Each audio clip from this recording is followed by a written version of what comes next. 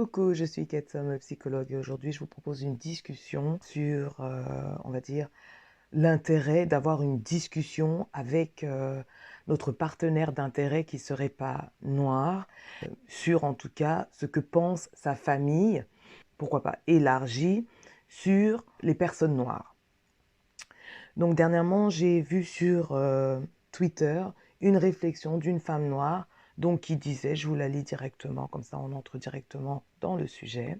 Si vous êtes une personne noire, sérieuse avec quelqu'un qui n'est pas noir, une discussion sur ce que la famille de cette personne ressent à propos des noirs devrait avoir lieu dès le début. J'ai l'impression que c'est juste du bon sens. J'ai envie de vous proposer cette réflexion, cette question. Est-ce que s'enquérir du sentiment de la famille du partenaire d'intérêt, donc on parle d'intérêt, c'est-à-dire qu'on se projette avec lui dans le long terme, est-ce que donc s'enquérir du sentiment de sa famille envers les Noirs est-il nécessaire? Alors, au premier abord, la question m'énerve. Au premier abord, hein. Ensuite, voilà, on peut pousser la réflexion, mais c'est ça en fait le problème de Twitter. Au premier abord, la question m'énerve parce que effectivement, on a toujours l'impression que les personnes noires se mettent donc dans une position victimaire, comme s'il n'y avait qu'elles qui devaient réfléchir sur ce genre de questions. Alors que cette question, elle est propre à tout le monde. Elle est propre, mais en fait, cette question-là, elle n'est pas assez nuancée et donc on va entrer dans les détails. C'est une femme noire qui pose encore cette question et je me dis, voilà, d'autres femmes vont flipper tout de suite. Oh là, mon Dieu, noir, je sais pas quoi. Je vous dis la vérité, au premier abord, cette question m'énerve. Parce que pas assez nuancée. Comme si, parce que moi voilà, je n'adhère pas à ce terme-là, noir, comme si c'était, si vous voulez, une communauté, comme si noir était une culture, comme si noir était un pays, comme si noir était une religion. Voilà. Donc, voilà, ça m'énerve déjà. Ensuite, la question de la position victimaire, voilà, on a toujours l'impression que les Noirs sont, je ne sais pas moi, pourvus d'une certaine vertu que d'autres personnes n'ont pas.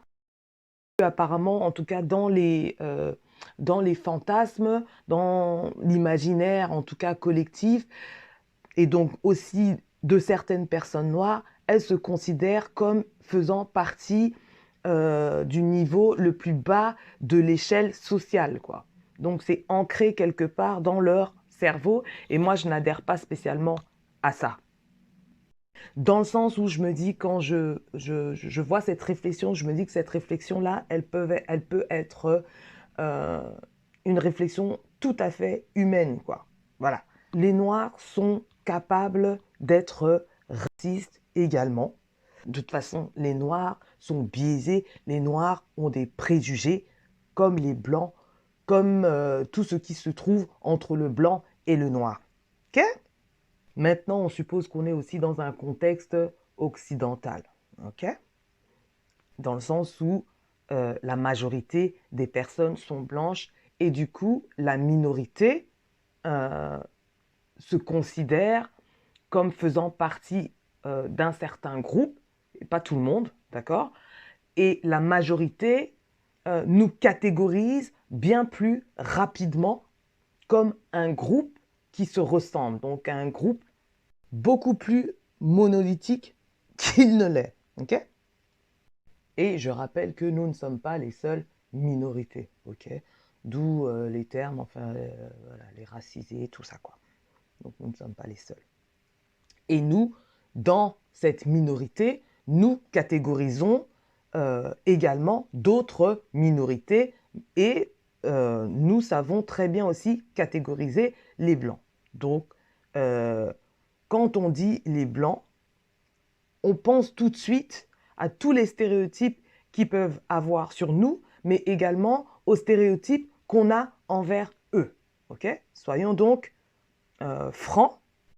La seule différence, c'est que dans un contexte majoritaire, c'est la majorité qui s'impose dans la possibilité, en tout cas, d'agir sur ces stéréotypes, donc d'agir sur ces préjugés, agir sur les stéréotypes et donc discriminer, alors que nous, voilà, il est plus difficile de discriminer lorsqu'on fait partie de la minorité.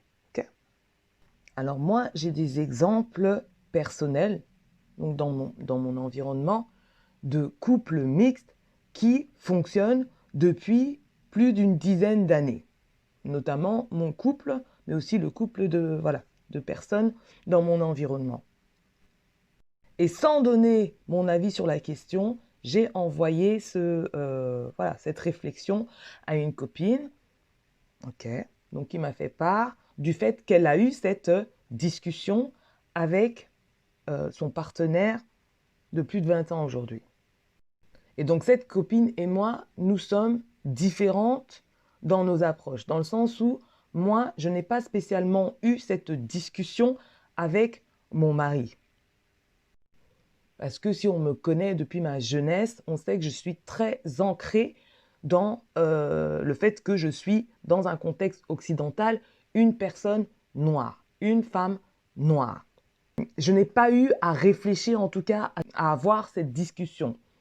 Maintenant, ça ne veut pas dire qu'au fil des années, il n'y aura pas discussion sur nos avis, sur nos biais par rapport à cette question stéréotypique de nos phénotypes. Je ne peux pas utiliser exactement le terme là, commençant par RA. Parce que YouTube est super sensible. Si on doit répondre à cette question, si s'enquérir du sentiment de sa famille envers les Noirs est-il nécessaire, je dirais oui. Mais cette discussion, je veux dire, on n'a pas besoin de s'asseoir en disant « Ok, ça fait 6 mois qu'on est ensemble. Aujourd'hui, là, j'aimerais savoir ce que ta famille pense des personnes noires. » ça veut dire quoi?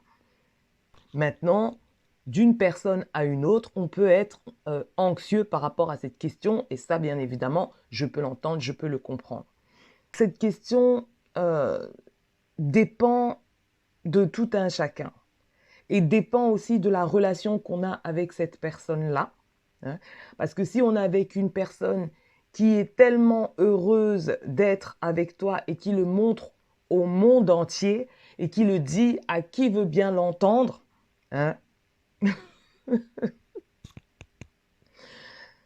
va commencer par où pour avoir cette discussion alors que lui, il a déjà montré au monde entier qu'il est avec cette femme-là et que cette femme-là est noire et qu'il faut également prendre en compte le fait que cette position, en tout cas de personne noire dans un contexte occidental, peut être importante pour nous, dans le sens où, ces stéréotypes rendent quelque peu le groupe, en tout cas certaines personnes faisant partie du groupe des personnes noires, un peu psychotiques, et donc parano. Et donc du coup, on a envie d'être sûr qu'on a le droit d'être là, et donc du coup, poser la question de la famille avant de m'amener dans cette famille-là, donc du ressenti de la famille par rapport aux personnes noires, mais justement prendre en compte qu'on peut avoir cette préconception que ça peut être un problème, alors que la personne avec qui on est, donc la personne d'intérêt, n'a jamais pensé cela comme quelque chose de problématique. Au contraire, il est pressé de partager à sa famille la rencontre de cette personne qui le rend heureux actuellement. Ça, c'est une chose. Une autre chose, c'est qu'on entre dans une famille où on n'est pas la seule personne noire faisant partie de cette famille, par exemple. Ou c'est pas la première fois que quelqu'un dans la fratrie sort avec une personne noire. Voilà. Il faut aussi se poser la question de est-ce que c'était des femmes noires? Est-ce que c'était des hommes noirs? Parce qu'il y a encore une différence. Il y a encore une différence de traitement genré, clairement, quoi. Je veux dire, la femme noire fera moins peur parce que les stéréotypes ne sont pas les mêmes, parce que les enjeux ne sont pas les mêmes. Ça, c'est clair. Je veux dire, restons simplement dans la question de la sexualité. Si c'est un homme noir qui est avec une femme blanche, le stéréotype, par exemple, qui peut suivre, c'est qu'il ne prendra pas soin de ses enfants, il risque de la tromper. Enfin voilà le genre de stéréotype. Alors que les stéréotypes de la femme noire sont quand même différents. Voilà pourquoi ici, on va surtout parler des femmes noires, donc, qui sont dans une relation considérée donc comme sérieuse avec un homme non noir, et qui se pose la question donc de la perception de la famille de ce partenaire, de cet homme d'intérêt, concernant les personnes noires. Bien évidemment, personne n'a envie d'avoir comme belle famille des racistes. Personne n'a envie d'avoir ça. Maintenant, il va falloir se demander, est-ce que c'est le plus important? Ça, c'est une chose. Et comment cet homme-là gère les personnes dans sa famille? Et la position qu'il a envers cette personne, donc nous, on va dire, donc la femme noire, d'intérêt, cette personne d'intérêt dans ce contexte-là. Ça, c'est la chose la plus importante. Si c'est une personne qui a peur de vous présenter à sa famille, fuyez. Et quand j'utilise le terme fuyez, c'est pas, c'est-à-dire fuyez parce qu'on a peur. C'est parce que vous n'avez pas envie d'avoir un homme déjà qui ne sait pas s'imposer dans sa famille, parce qu'il y aura, vous allez traverser des choses avec cet homme-là. Donc si déjà il ne sait pas vous positionner comme une personne très très importante faisant partie de sa vie, et qu'il ne sait pas clairement dire à sa famille que si vous blessez cette femme-là, vous me blessez. Si vous faites du mal à cette femme très importante pour moi, il y aura des répercussions, quoi. Qu'il va mettre fin à certaines, ou s'éloigner en tout cas de certaines personnes dans cette famille-là. Ensuite, le choix vous appartient. C'est ça en gros, quand je dis fuyez, le choix vous appartient. Si vous ne voulez pas faire partie d'une famille donc non noire où il y a un raciste, c'est votre droit. C'est votre droit. Maintenant, sachez qu'il est difficile d'entrer dans une famille avec qui vous vous entendrez à 100%. Déjà que même dans votre propre famille, souvent vous ne vous entendez pas avec une personne ou deux, parce qu'ils ont des propos sur des choses qui sont très importantes pour vous, des propos irrespectueux, des propos que vous ne tolérez pas. Parce qu'il ne s'agit pas simplement de parler de racisme comme si c'était la seule tare de la vie sociale, quoi. Alors voilà pourquoi justement cette réflexion n'est pas assez nuancée, puisque les Noirs, c'est pas une culture, c'est pas un groupe monolithique, super homogène ou je ne sais quoi là. Il y a des Noirs donc athées, il y a des Noirs chrétiens, il y a des Noirs musulmans. Voilà. Déjà, la question de la religion scinde le groupe des Noirs. Et donc, il y a certaines personnes qui n'ont absolument pas envie d'être avec une personne de religion différente. En ce qui me concerne, moi, de toute façon, il était hors de question de faire partie, enfin en tout cas d'être en relation avec un homme qui est de religion abrahamique.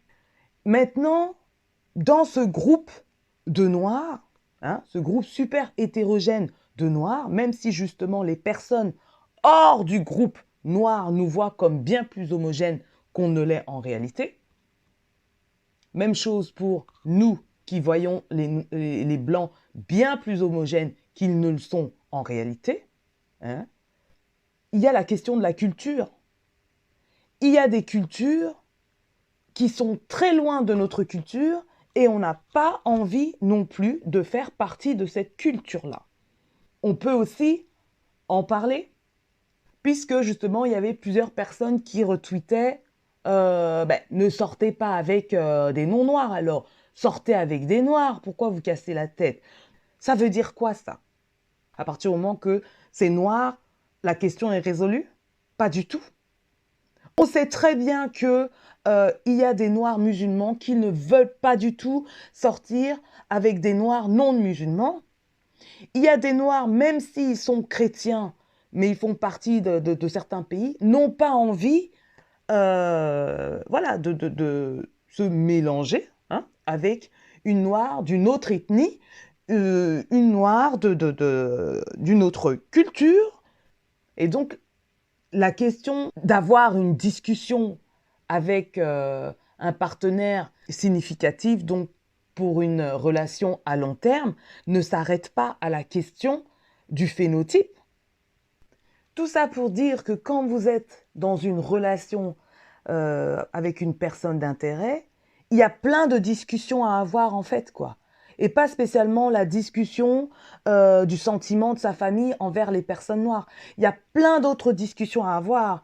On sait très bien que il y a le colorisme dans ce groupe de personnes noires, par exemple. Est-ce que les personnes noires, quand elles sortent avec un homme noir, se posent la question du colorisme hein, en se disant qu'est-ce que tes parents pensent du colorisme? On ne se pose pas la question et pourtant la problématique arrive. J'ai aussi ça dans mon environnement, une copine justement avec laquelle je parlais de cette réflexion qui me disait que, voilà, qu'il y a la belle-mère qui disait à ses enfants quand ils étaient plus petits, « Oh, ils ne sont pas si noirs que ça !» Comme si c'était une bonne nouvelle. Alors que si c'est un blanc qui dit ça, et on a entendu avec les histoires de Archie, là, donc l'enfant de... Comment elle s'appelle? Meghan Markle, ça a fait tout un tapage. Hein, et les femmes noires ont, c'est-à-dire, été sur Twitter versées comme ça sur cette question du racisme, alors que Archie, je veux dire, pour les noirs, il est blanc. Clairement, ok. D'ailleurs, Meghan l'est presque, phénotypiquement parlant. Alors qu'on sait que le colorisme est un fléau dans notre groupe de personnes noires. Mais là, c'est pas grave. On n'a pas besoin d'avoir cette discussion. Voilà pourquoi, au premier abord, cette réflexion m'a agacée. Puisqu'on aime bien parler donc des personnes exo-groupes, hein, comme s'ils étaient problématiques, puisque justement parce qu'on effectue une stéréotypie grossière d'un groupe exo, justement, comme les personnes blanches ou les personnes non noires effectuent également une stéréotypie grossière du groupe super hétérogène des personnes noires. Donc, on fait partie du problème, mais c'est également la bonne nouvelle, c'est qu'on fait aussi partie de la solution. Donc, à un moment donné, il faut arrêter de se positionner comme victimaire et de se voir de manière interne, hein, parce que les problématiques qu'on voit à l'extérieur font souvent partie d'une problématique interne. Parce que le colorisme, ce n'est que du racisme intragroupe. Okay? Ensuite, nous sommes également des femmes. Et dans l'histoire évolutionniste sexuelle, il y a cette question du contrôle sexuel de la femme. Il y a des questions super sexistes, des questions super misogynes. Et donc, clairement, je sais que les femmes font partie du problème parce que, sincèrement, moi, je sais admettre que je suis sexiste. Je sais l'admettre. Okay? Maintenant, il y a différence entre être sexiste et être ou être même c'est-à-dire détester les hommes. Ce n'est pas mon cas, pardon. Je suis beaucoup trop dans le spectre de l'hétérosexualité. J'aime beaucoup les hommes. Les hommes protecteurs, les hommes respectueux des femmes.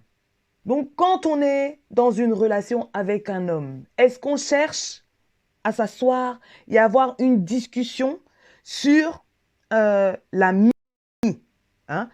Donc, s'enquérir donc du sentiment des hommes de la famille du partenaire par rapport à la par rapport à ce que vivent les femmes. Hein? Non. Ce qu'on fait en temps normal, si on est censé, c'est de poser des questions, hein, et de voir aussi les actions de ce partenaire-là qui confirmerait ou infirmerait une certaine misogynie. On ne cherche pas à savoir ce qui se passe dans sa famille, d'où il vient, alors qu'on aurait beaucoup d'informations à ce sujet, hein, qui pourraient nous aider à imaginer notre relation à long terme avec cette personne-là, sachant d'où il vient, hein, sachant le contexte du couple de ses parents, enfin voilà, plein d'informations par rapport à ça, donc pour savoir exactement d'où il vient, dans quoi il est ancré. On sort avec un homme et on se dit, attends, avant d'aller plus loin, je veux savoir ce que sa famille pense voilà, des difficultés que les femmes vivent dans un contexte voilà, de dangerosité avec des mauvais hommes. Donc tout ce qui est voilà, harcèlement sexuel, tout ce qui est agression sexuelle et tout ça là. Est-ce qu'on va avoir ce genre, c'est-à-dire avant d'aller plus loin avec un homme, on va se dire, on va se poser toutes ces questions. Voilà. C'est ça un peu qui m'énerve. Tout en sachant que la frontière entre la misogynie et le racisme est très fine.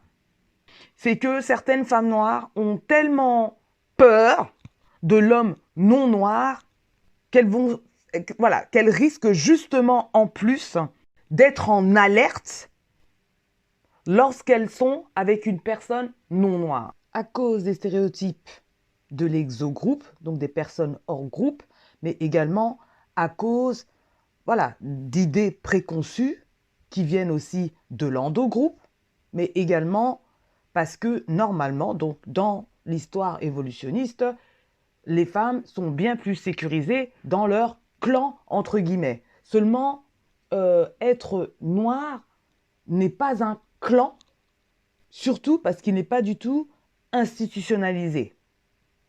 Et donc, certaines préfèrent, d'après elles, rester avec le diable qu'elles connaissent, entre guillemets, pensant que ailleurs, c'est pire.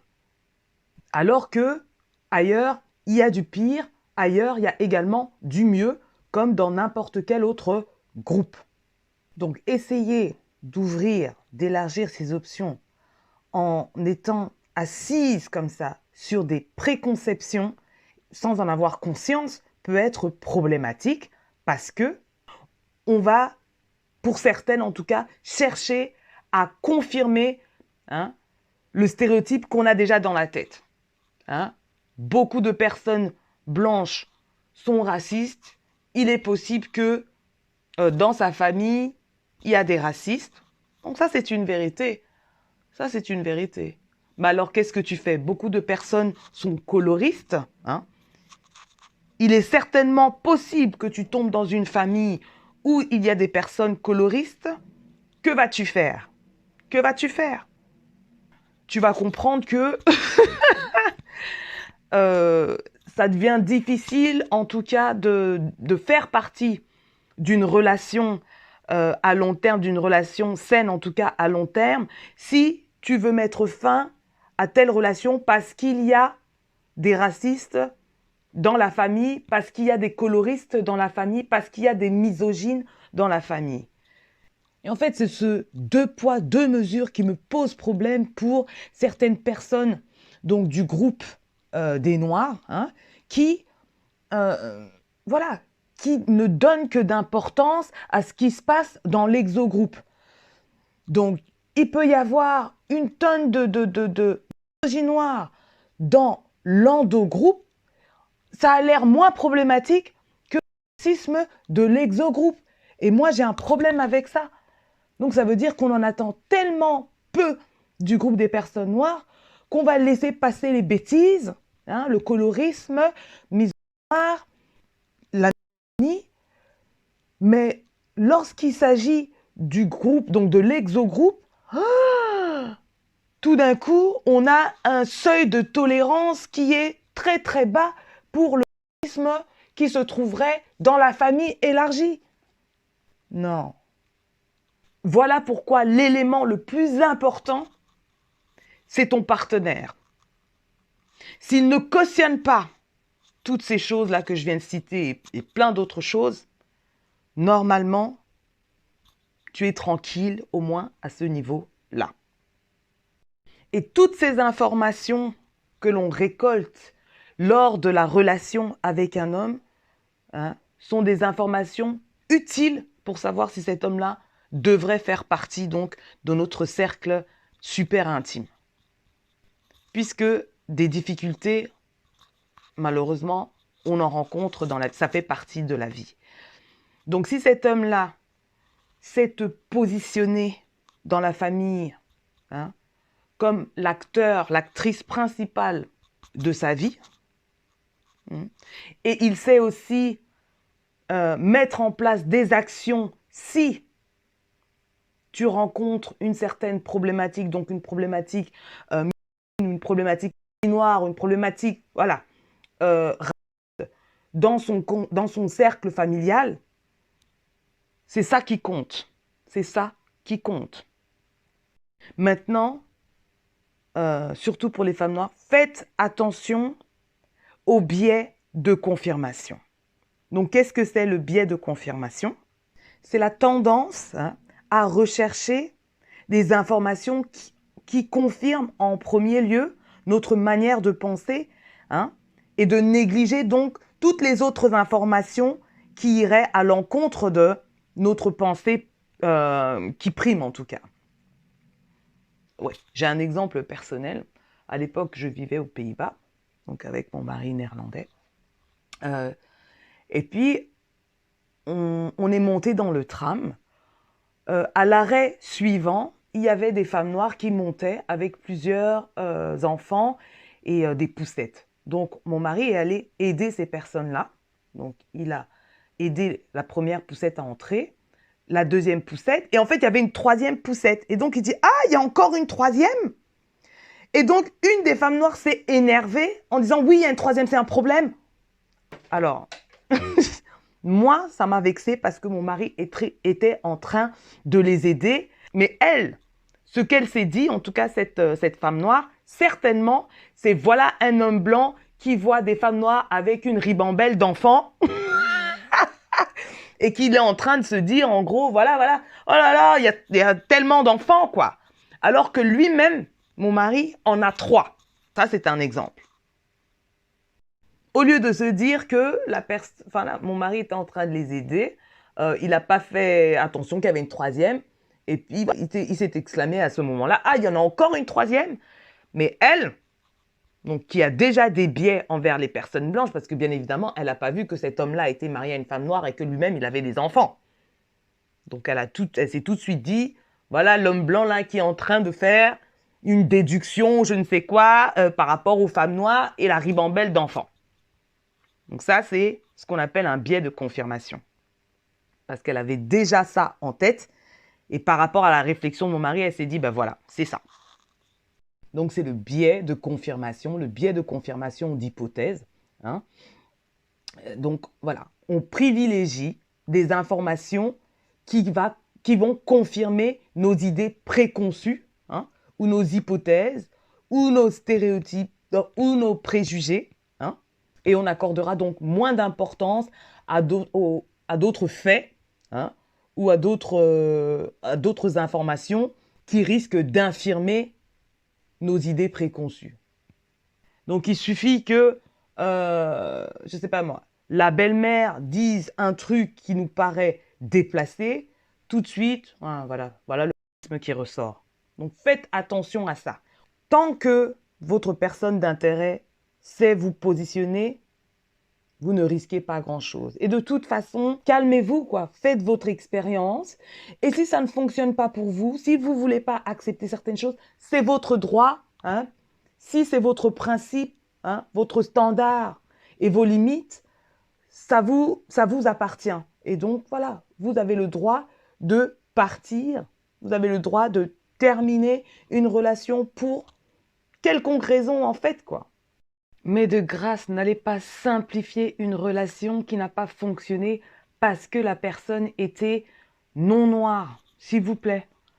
Parce qu'il y a des personnes qui se rendent compte de certaines difficultés dans une relation endo-groupe, noir-noir, on va dire, et elle va simplifier la problématique en disant que c'est parce que la personne était noire et donc ne fait pas une bonne dissection du pourquoi de l'échec de la relation et ramène la même problématique dans une relation mixte et ensuite va aussi simplifier la relation en disant ça n'a pas fonctionné parce que l'autre était autrement, c'est-à-dire parce que l'autre était non noir.